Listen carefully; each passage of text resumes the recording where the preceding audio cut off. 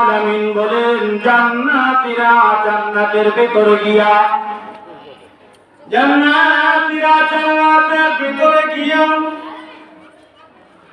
কোন কিছুর জন্য আফসোস করবে না, হতাশ হবে না, কোন কিছুর জন্য এই জান্নাতের ভিতরে আফসোস হবে না, অনুশোচনা হবে না। কিন্তু একটা জিনিসের জন্য মানুষেরা আল্লাহর জান্নাতে গিয়েও আফসোস করবে, আর ওই জিনিসটা হলো আমার নবী বলে দিয়েছেন, বান্দা বান্দীরা, ও মায়ার উম্মতেরা, এই দুনিয়ার মধ্যে আল্লাহ রাব্বুল আলামিনের জিকির ছাড়া যে সময়টা কাটাইছে, আল্লাহ তাআলার জিকির ছাড়া যে সময়টা দুনিয়ার মধ্যে কাটাইছে, ওই সময়টার জন্য মানুষেরা জান্নাতের ভিতরে গিয়েও আফসোস করবে। সুবহানাল্লাহ। আর মহব্বতে বলুন সুবহানাল্লাহ, আর জোরে জোরে বলুন সুবহানাল্লাহ। জান্নাতের ভিতরে তো কোনো কিছুর অভাব নাই। জান্নাতীরা জান্নাতের ভিতরে চলে যাওয়ার জন্য, চলে যাওয়ার পরে আল্লাহ রাব্বুল আলামিন বলবেন, বান্দা বান্দীরা, আমার জান্নাতের ভিতরে যা কিছু আছে, যা কিছু তোমার ইচ্ছা হয় তুমি ভোগ করো, বিলাসিতা করো।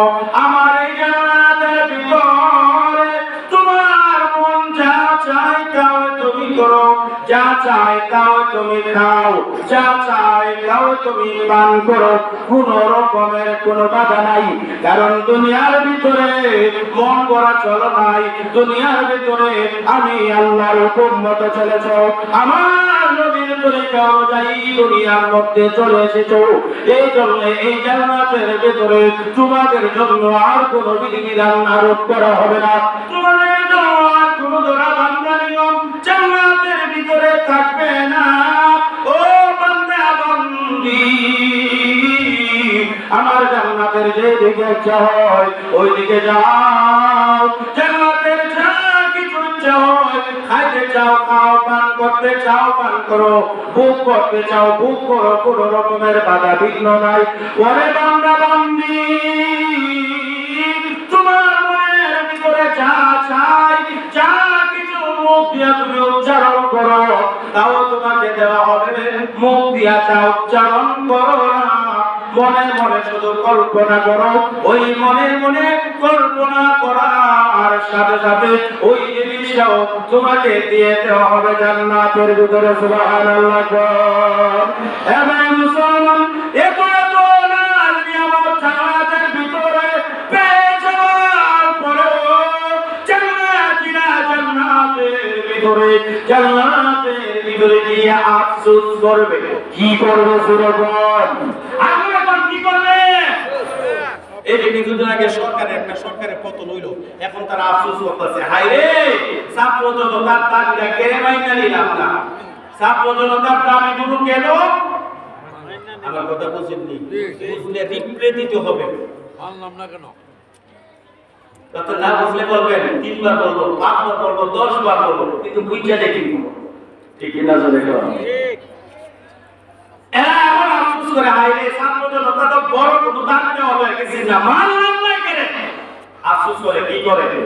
জোরে বল, কি করে? আফসোস। জান্নাতীরা আমার আল্লাহ পাকের জান্নাতের ভিতরে গিয়েও আফসোস করবে। কি করবে? জোরে বল, কি করবে? কি করবে? কোনো কিছুর অভাব নাই, কোনো দরবান্দার নিয়ম নাই, সেখানে নামাজ নাই, রোজা নাই, হজ নাই, যাকাত নাই, তিলাওয়াত নাই, জিকির নাই, তাসবিহ তাহলিল নাই, দান খায়রাত নাই, কোনো রকমের ওই ইবাদত আর বন্দেগী নাই জান্নাতের ভিতরে। আর কোনো কিছুর অভাব নাই। মুখ দিয়ে যা উচ্চারণ করবে তাও পাওয়া যাবে, উচ্চারণ না করে শুধু দিলে দিলে কল্পনা করবে যেটা, সেটাও জান্নাতের ভিতরে দিয়ে দেওয়া হবে। ওয়ালাকুম ফিহা মা তাশতাহি আনফুসুকুম ওয়ালাকুম ফিহা মা তাদউন নুজুলাম মিন গফুরির রহিম।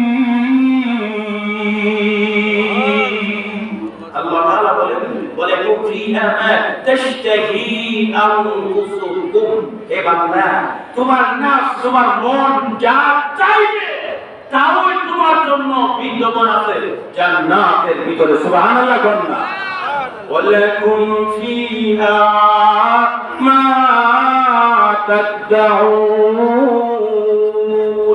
যা চাইবে তোমার মন যা বলবে তাও দেওয়া হবে দিয়ে দেওয়া হবে যা তুমি প্রকাশ করবে তাও দেওয়া হবে যা তুমি প্রকাশ করবে না তাও তোমাকে দিয়ে দেওয়া হবে জান্নাতে নুজুলাম মিন গফুরির রহিম গফুরুর রহিম খবাসিন দয়ালু আল্লাহ রাব্বুল আলামিনের জন্য ওই জান্নাত হবে মুমিন মুসলমানদের জন্য মেহমানদারি সুবহানাল্লাহ করে বল এ ভাই মুসলমান বলতেছিলাম এত কিছু জান্নাতের ভিতরে থাকার পরেও জান্নাতীরা জান্নাতের ভিতরে গিয়া একটা জিনিসের জন্য আফসোস করবে কি করবে জোরে করবে আফসোস করবে আফসোস করবে আল্লাহ নবী বলেন উম্মতরা রে ওই জিনিসটা হলো দুনিয়ার জমিনে তুমি যে সময়টা আল্লাহ পাকের জিকির ছাড়া কাটাইছো আল্লাহ পাকের জিকির ছাড়া যে সময়টা দুনিয়াতে অতিবাহিত করেছো ওই সময়টার জন্য জান্নাতের ভিতরে গিয়েও আফসোস করবে সুবহানাল্লাহ হে ভাই মুসলমান জান্নাতীরা জান্নাতের ভিতরে অবস্থান করতে থাকবে হঠাৎ করে পুরা জান্নাতের ভিতরে একটা মধুময় সুঘ্রাণ সুবাতাস সমস্ত